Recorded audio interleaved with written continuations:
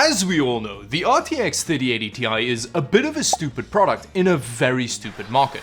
However, when Nvidia was nice enough to actually send one over for a video, I decided to hook it up to an overly elaborate milking machine and go to town on it to teach it a lesson.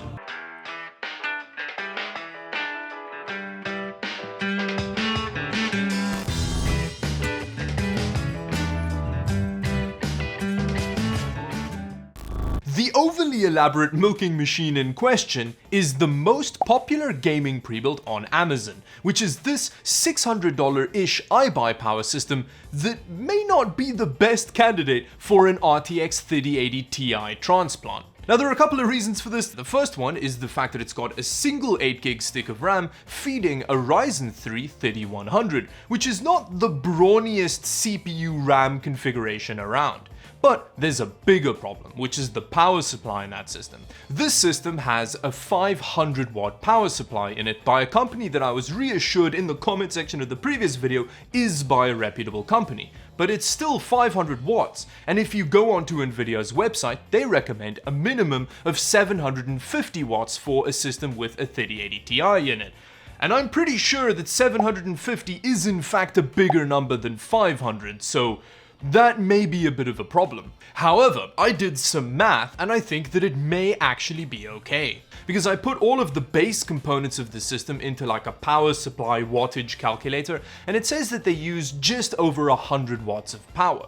And considering that I've been running the 3080 Ti in my main system, and according to MSI Afterburner, it draws a max of about 350-ish watts of power, that leaves enough power headroom in that 500 watt power supply for the 3080 Ti, at least in theory. But before we put this theory to the test, let's just get a baseline performance reading of this $600 pre-built using Battlefield 5 running at 1080p low settings. Yeah, that's not a very good result. Hopefully the 3080 Ti can do a little bit better.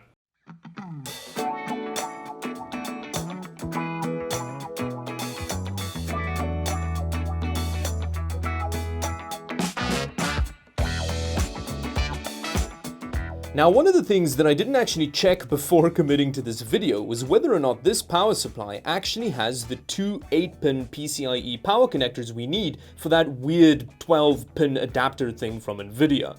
Now, I really hope that it does, otherwise things are going to get real dodgy real fast. Okay, so we've got one, that's a good start. Here's all the Molex for the fans. Oh no, so they've only got one. Yeah, this is going to get out of hand quickly now. A few moments later. Ah, Molex, my old nemesis. We meet again.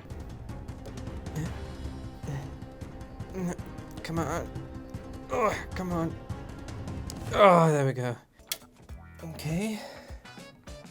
There we go. Here is the real one. Put that in there. It's just gonna kind of... There we go. It's fine. It's fine. See, that's okay. That looks decent. So it's time for the test fire, which is potentially a poor choice of words here. But I'm curious to see how this goes. Yeah. I mean, the whole boot procedure should be fine because there's not much load on the GPU now. Its fan is spinning, but it's not actually lighting up. And we're not getting a display out. I mean, is that it? Is that as much as is gonna happen?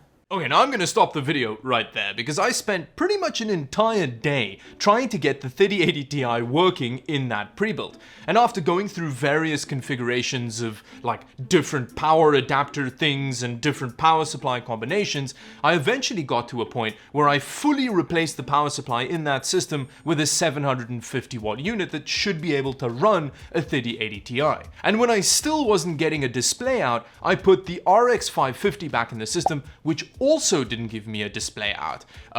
Well, it turns out that during all of this testing, at some point, that single 8GB stick of RAM that came with the pre-built died at some point, because when I changed it out with a different 8GB stick of RAM, it just booted straight up. So I put the original power supply back in the system and then went straight back to the little Molex power PCIe 8-pin adapter thing, and well, this is what happened. Now, as is tradition, we do have the Splosion cam on standby. Yeah, so let's do a test fire.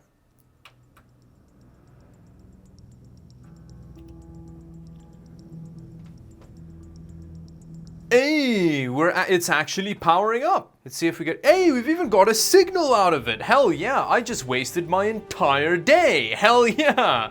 That's exciting. So at this point, I think we're gonna be so CPU bound that the GPU isn't gonna be pulling the full amount of power that it wants to.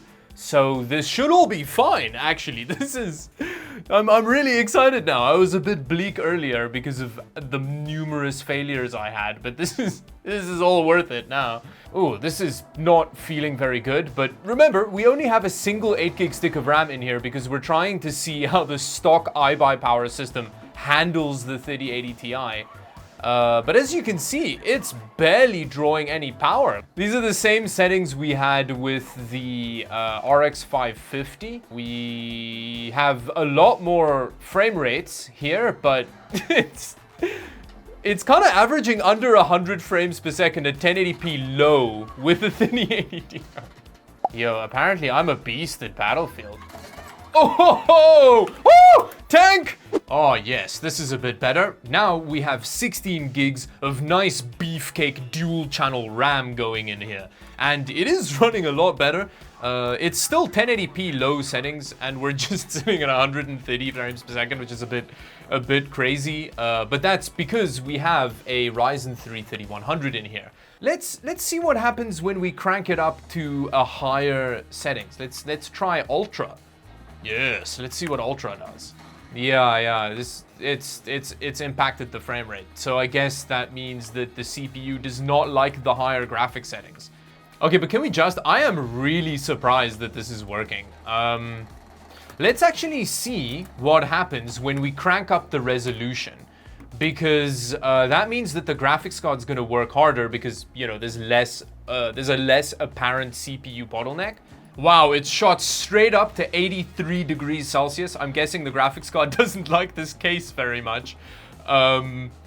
Funnily enough, the frame rate hasn't changed at all going from 1080p to 4K. So I think, ooh, yo, how did you not die? Okay, sorry, I got a bit excited there. I love that even at 4K, we're still CPU bound. I don't think I've ever seen that before. Yo, it's throttling hard. That core frequency is dropping really fast. Let me quickly just change the scale of the overlay so that you can see it a bit better. Oh, it's crashed. It crashed there. It didn't like that. Okay, we're gonna try that again though. Ooh. Ooh, things, yeah, no, it crashed again. It does not like gaming at 4K. I'm actually surprised that it worked so long for the first time. So now that we've had fun playing around with various settings and whatever, let's do some serious benchmarks to see how much more performance we got going from the stock configuration to the 3080 Ti. Yeah, I don't know, man. For $1,200, I'd expect more than 96 frames per second at 1080p low settings. 0 out of 10.